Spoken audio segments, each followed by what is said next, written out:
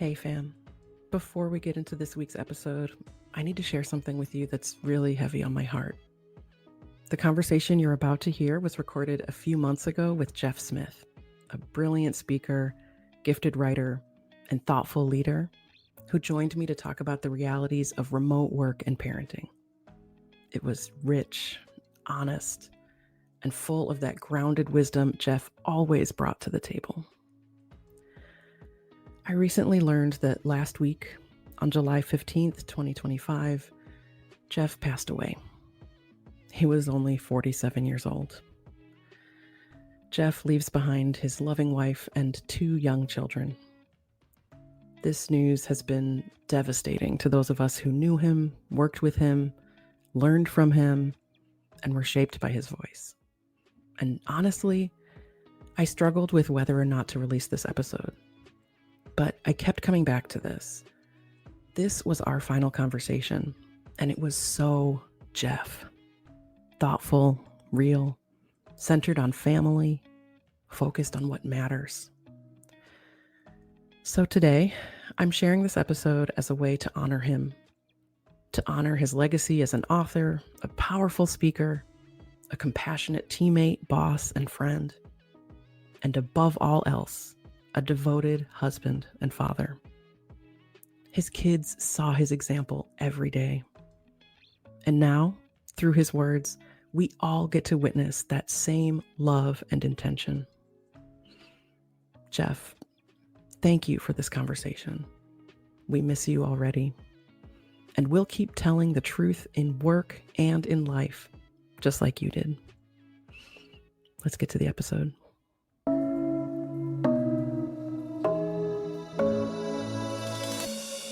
Like, wow, like I am bringing something that is not about them to them. Right. And that's bad, right? That's the worst of all possible outcomes. So we're going to have to figure it out at some point. What that magic strategy is, I think it's going to be the hardest thing that we ever have to deal with. And it's saying no to things and saying no to things for our kids and just carving out that time to say, like, yes, it does seem silly that I'm just sitting in the basement reading a book. But I need that 40 minutes, and it pays dividends in our other interactions as a family.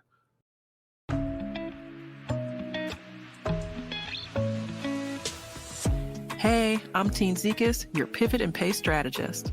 I help Black women double their income by leveraging their existing skills. I am all about getting Black women paid, whether you're an employee or a business owner. And you're listening to the Getting Black Women Paid podcast. Let's go.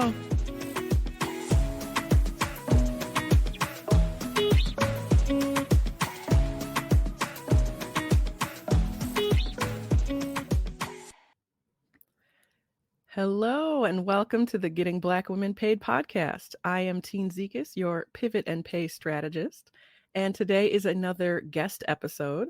I am so excited about this guest.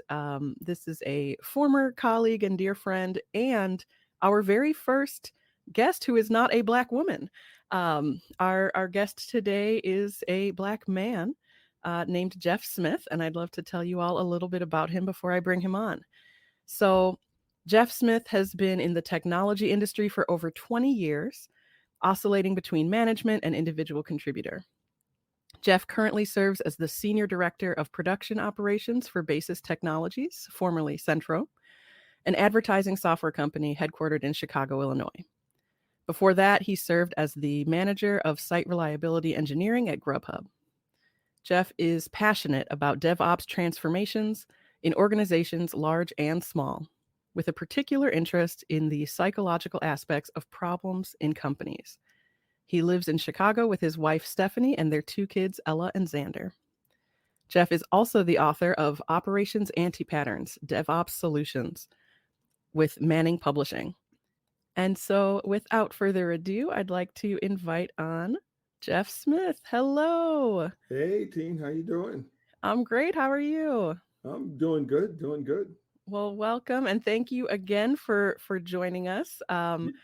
Jeff and I used to work together at, well, it was at the time Centro, which is now Basis Technologies.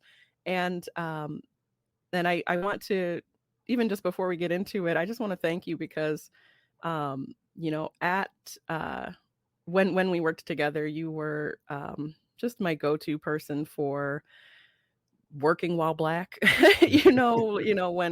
Whenever there was a state sanctioned murder of a black man by police, you were the one who would let me know, if you got to call in black, that's okay, and so I appreciate you, and I'm so glad to have you on the show. Yeah, unfortunately, we had to have too many of those conversations, Yeah, but yeah, but it's good to have someone else to fall back on that understands, right? And especially in technology, you don't always have that opportunity to have that voice that understands exactly what's going on and what you're going through.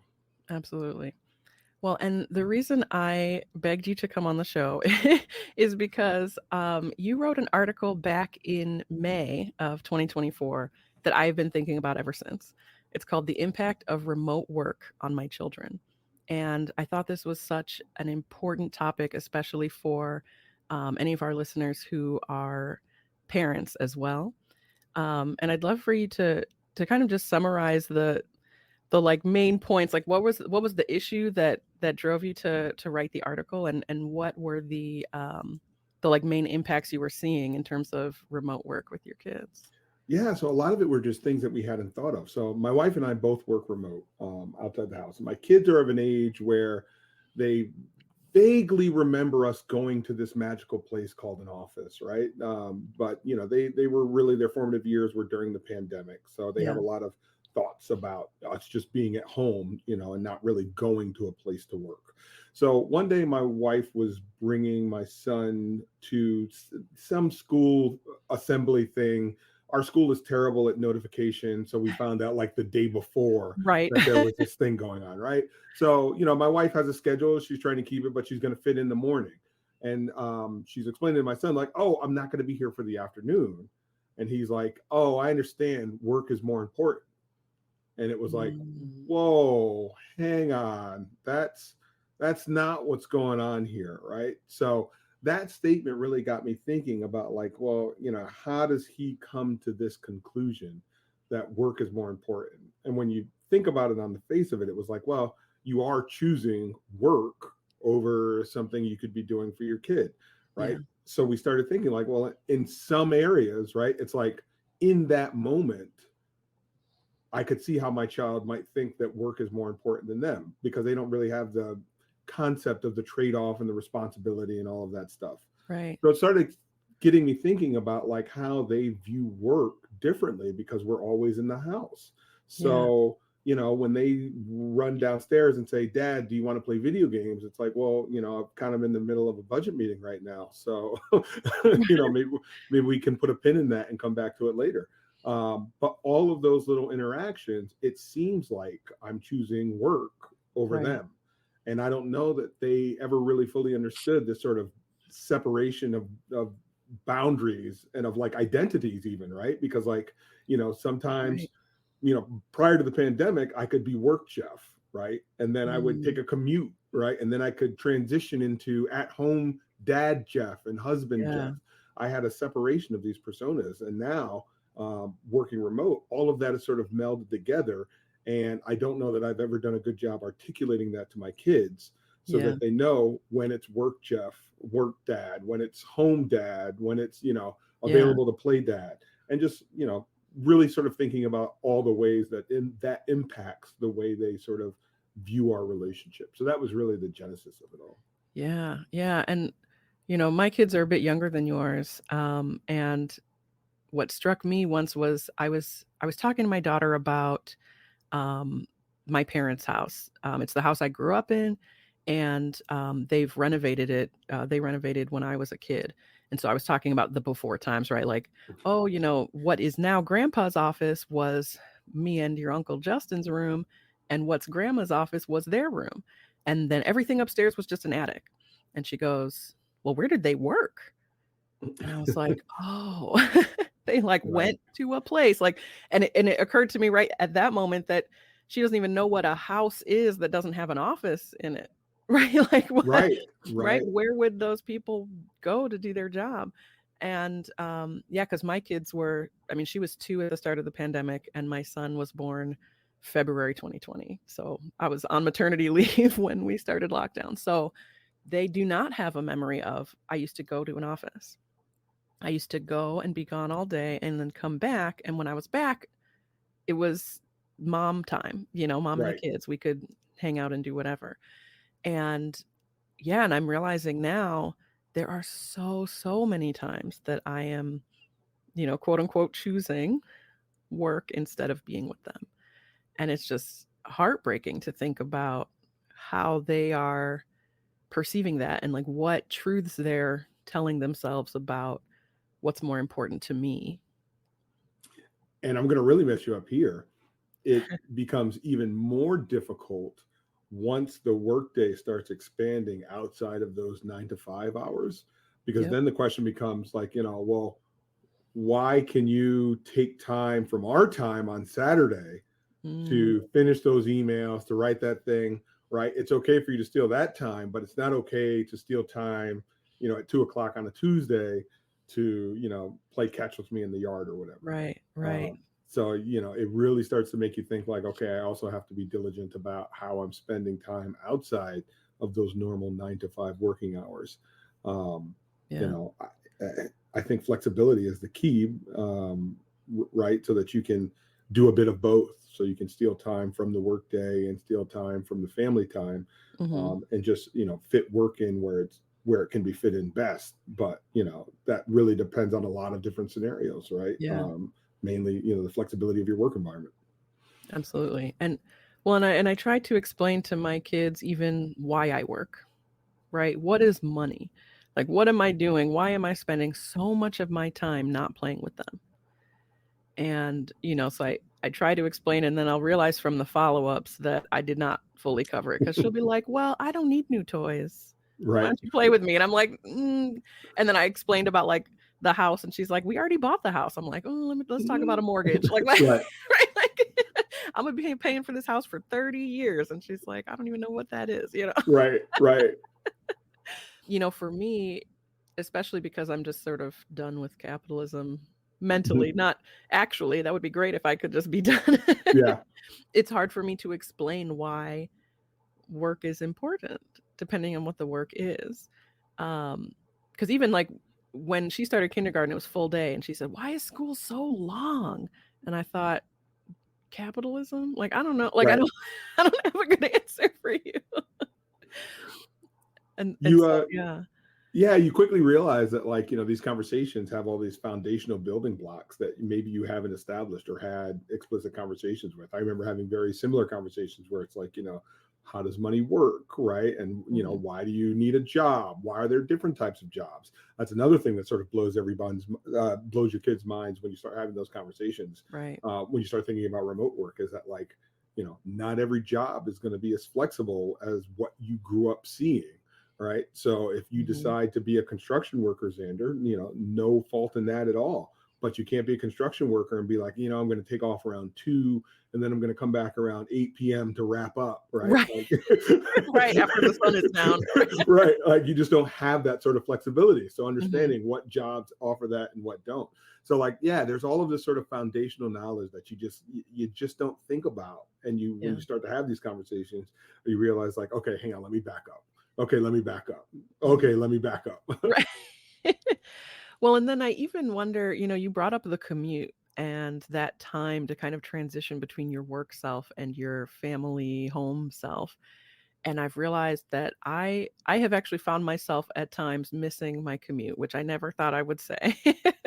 But I used to listen to audiobooks or, just do something to kind of separate those two things. Whereas now, my husband works evenings, he starts at 5.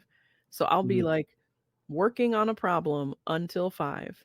And then there are 0 seconds between that and my son like climbing on me and my daughter talking to me for a literal hour and a half about Snoogledorfs and Snoogalandia. And I'm like, I don't, I need some seconds between those two things before I can even fully give myself to them in that way. And so then I'm coming into it already agitated because I'm still trying to turn off work mode. And so, I'm wondering if you can speak to, do you have any strategies that you use? I know we're all still working on it.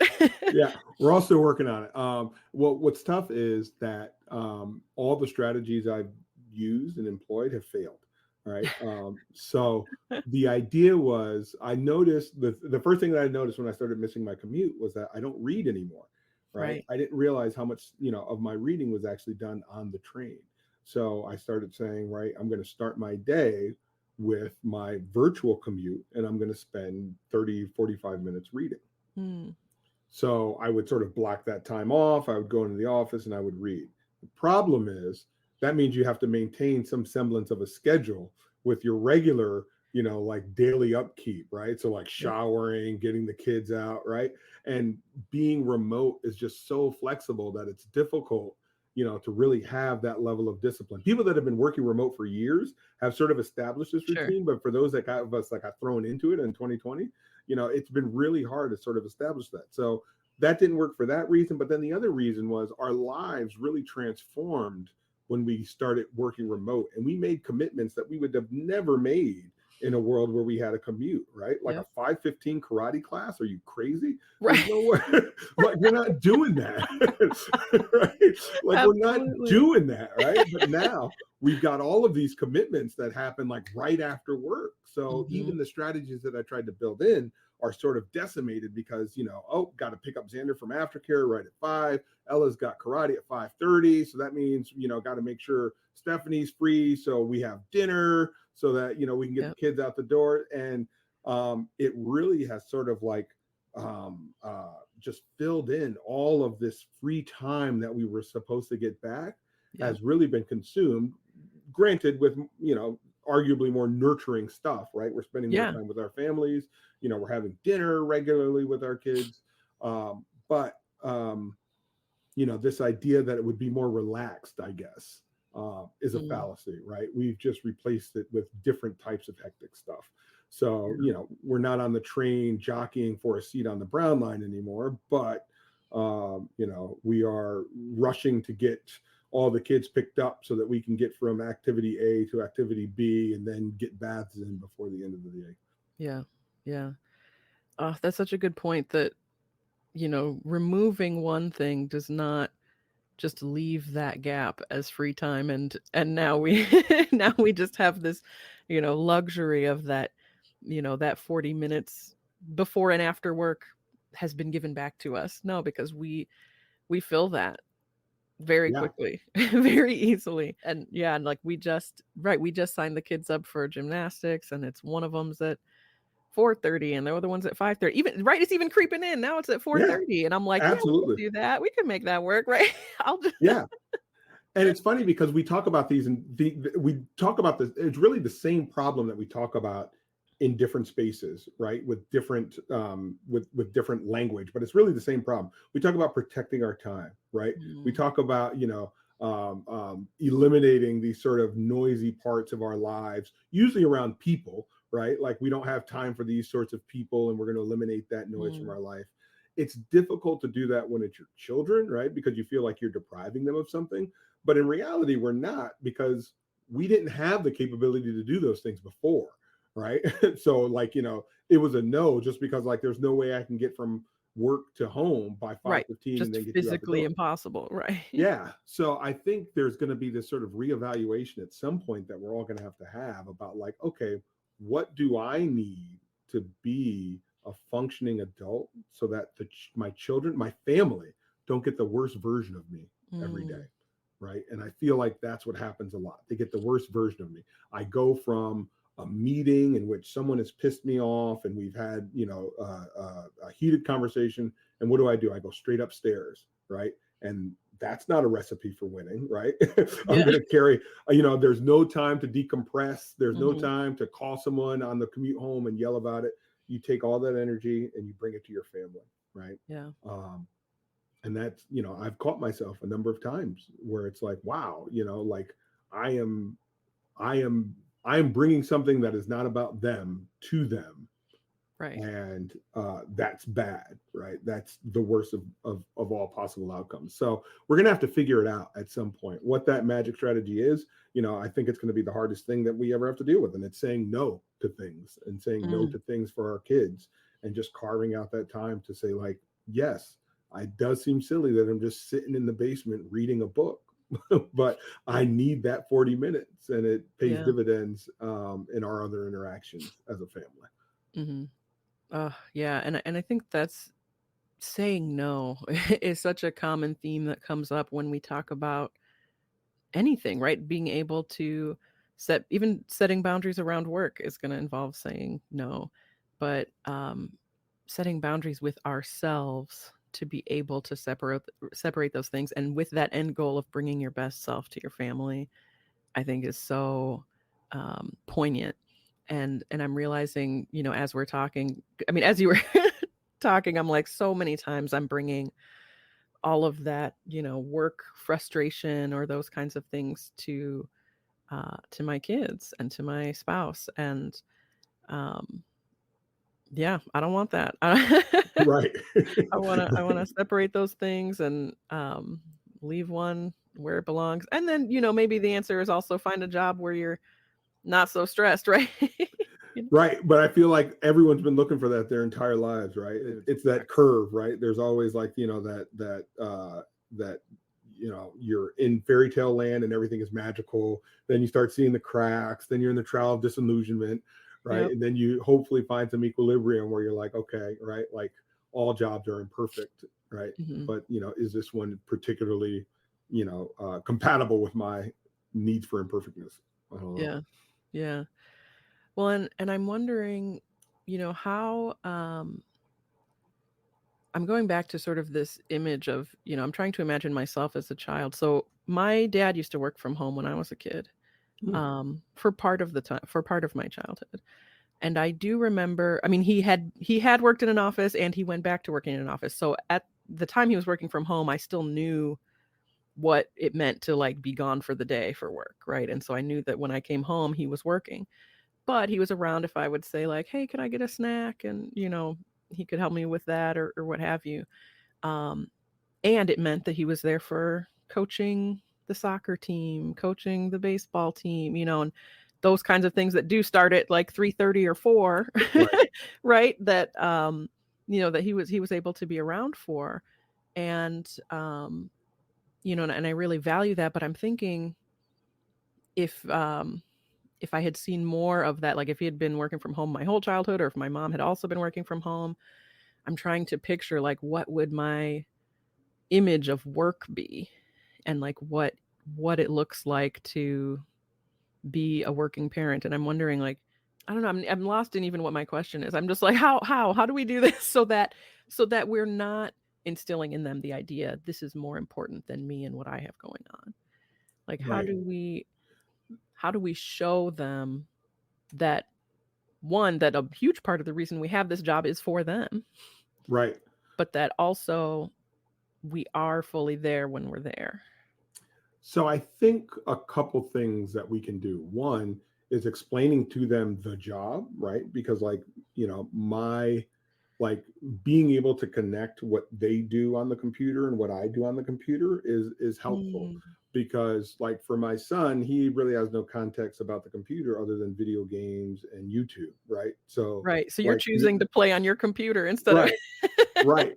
But as my Yeah. daughter gets older, right, like she's making presentations for school. So I can show her, oh, Mm. these are the presentations that I work on and I've got to present, and that's what I do sometimes, right? I'm working on a presentation to share some, information that I have with other people. But then Yeah. the other thing is to also highlight that sense of community that you're part of when you work and that there Mm. needs to be a shared time of interacting, right? So it's like Mm. you see me on the computer, but like I'm chatting with people at work or we're having video conferences that you may not see. But there are other people that all have their own families and we have to pick a time that we're all going to Mm. be together to sort of work.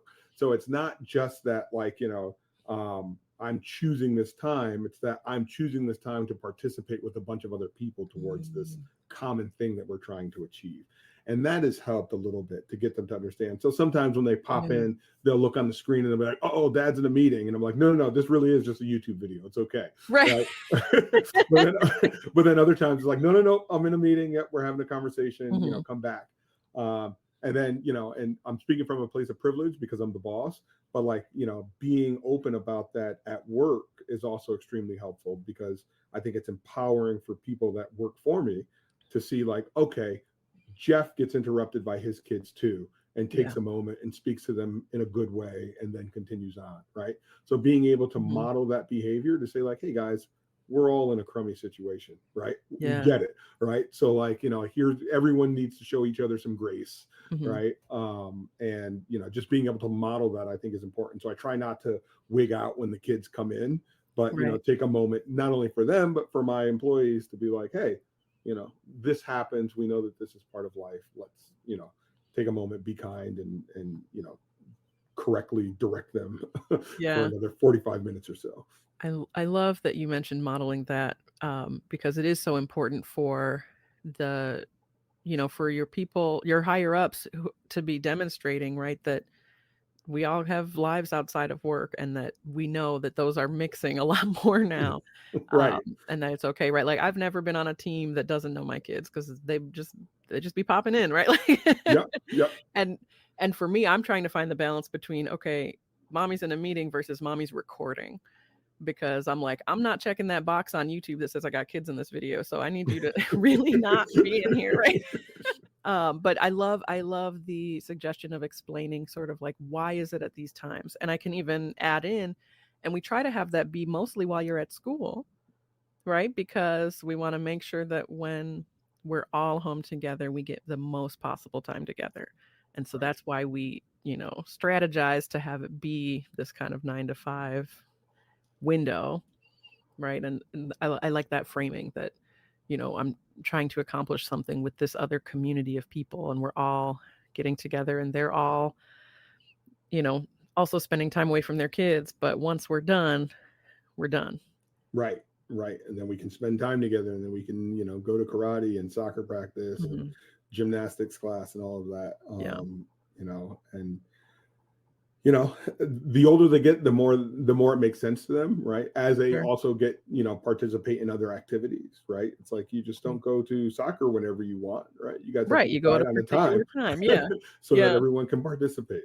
Yeah, that's true. And I'm looking forward to that, because, my daughter also still doesn't have a concept of time. And I know I don't make it better, because I'll say, okay, I'll be down in 5 minutes. And that 5 minutes can be My kids would track time differently, right? So it's like, 3 episodes of Bluey is only 5 minutes. And it's right. like, not quite. Yeah. No, I do need to learn the different time lengths, because sometimes she will say, like, well, how long is 7 minutes? I'm like, and I go, probably putting in context of a Bluey or a, whatever the other shows are would help. This is a whole It's like the discussion. ultimate bribing tool, right? Like, Right. it's funny how double-edged the devices are, right? Because they are like the ultimate pacifier. Yeah. Well, But at the same time, you're like, all right, that's enough, not too much. the problem I'm having is, one of the things my daughter wants to do to bond with me is play tablet with me. And I'm like, literally, that thing is so you could be doing something and not bothering me. Like, Right, right. like the whole reason we spent all that money on that thing The whole point was is to so separate. you could entertain yourself while I have to do a thing. So that's an interesting little conundrum that I've run into too, that sort of got exposed during this whole thinking, is just like the nature in which I was raised. And now really, I'm sure every generation says this, but I feel like we're raising our kids for in a world that didn't exist when we were Right. coming up, right? And Right. the expectations are different, right? So like, I lived in a classic patriarchal sort of family, right? Dad went off and worked, mom stayed at home, dad didn't Hmm. really contribute to the household stuff, right? So now as a husband and a father, I'm learning like, oh, right, like Yeah. I need to do the dishes, right? I need to help with laundry, right? That's not something that I grew up being seen modeled, right? Yeah. But also with how much time we play with our children. My parents didn't play with me, right? Hmm. And then somehow in a single generation, the expectation is like we are also part of the entertainment. Um, Right. and sort of like balancing that. And I think that exacerbates the remote work thing, Mhm. because it's like, well, you said I can't go on devices, right? So like I need something or someone to entertain me. And right Right, now that's you. right, And I'm not built for right. Well, it. and I think it also was exacerbated by the pandemic, right? When we were quarantining, I was her only friend, or my spouse and I were her only friends. Yes. And Yes. so now, right, she wants us to continue to be her playmates. And I'm like, girl, you gotta you Mhm. gotta find something or learn to be bored. We used to be Right. bored sometimes. Yes. Yeah. It's like it's like taboo to be stuck with your thoughts now, right? So, Right. like if you're stuck with your thoughts, it freaks you out, and you're like, no, no, no, no, gotta get away from that. So that's definitely Yeah. how I feel how my kids are. It's like, what do you mean, just sit here and think? Like, mm-mm. Yeah. Well, so I wonder if maybe all of us need a commute time, right? Maybe we could all stand a little like, okay, after, at this time, we all have our alone time and we all can do whatever we want. And maybe it's read and maybe it's, do some art or, whatever it is. But it's like you time. Right. Everybody gets their own you time, and then we come together. Maybe we can even tell each other what we did, right? Show Yeah. me the picture you made, or tell So me about your book. we do that occasionally. We call them pajama days, where it's like, Ooh. everyone gets their own schedule. You do whatever you want. The rule is, no one leaves the house, no one comes to the house. Um, Mm. so you have an entire day to just chill. Well, Yeah. you can chill if you decide you want to rearrange the pantry. That's cool, right? But you can't conscribe anyone into doing that with you, Right. right?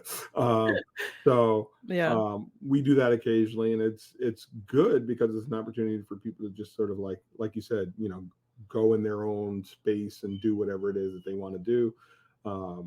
We try to put device time limits on that, so they're just not, Mm. mainlining YouTube for 22 hours. But it's informative to see what the kids choose to do, or what they want to do, or how they want to spend that time. Yeah. Yeah. Oh, that's really interesting. And I think it would be interesting to see how that evolves over time as well, Yeah. right? How they want to spend their time changes. Um, Yep. yeah. Oh, that's cool. Yeah, because like what you described was most of our Saturdays, except without the device limit, right? So it really is just, all right, I'm too tired to deal with it, and the kids are just going to be on their tablets all day. But I do like the idea of kind of setting parameters and saying, like, these are there are certain things off limits, but, do what you want and learn how to push through being bored, right? And Right. figure out how to entertain yourself, um, and how to use your time well. And then we can also, um, maybe that can be relatable to them when we say, like, well, I need a little me time to read. Remember how you really like, doing painting pictures? That's how I feel when I'm reading, or whatever it is. And they can kind of understand a little more when we're saying no, but taking that time for ourselves. Right. Yep. Yep. And time for ourselves is super important. Again, it's another like this over them sort of Yeah. choice that gets forced on them. But like, if it's like they say at the airplanes, right? Like, put on your mask before helping others, right? Mhm. It's the same concept, right? You're not any help to your Right. family if you're burned out, miserable, and just generally not in a good space, right? Yeah. So Yeah, to throw another metaphor at it, it's you can't pour from an empty cup. right. Oh, yeah. So, if you want me to fill you up, I gotta be Yeah. I gotta be Yep. full.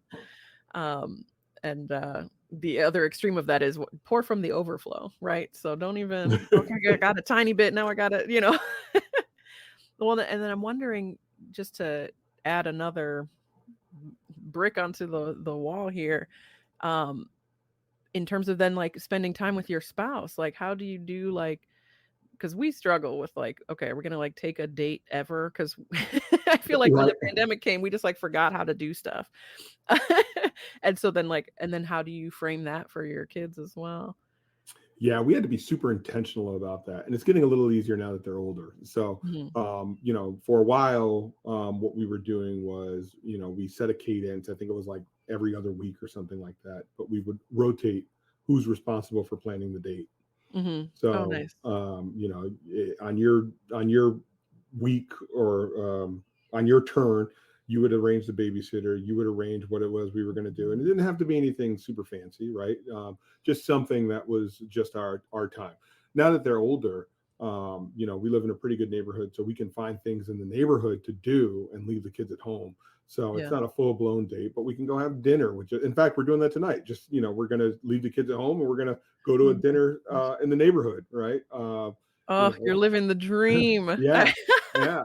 So, Sounds they've amazing. got Ella's got a phone and Xander's got an iPad, so they can text us or message us, and Mhm. we're a 5-10 minute walk back to the house. Right, you're not Um, going so far away. right, Yeah.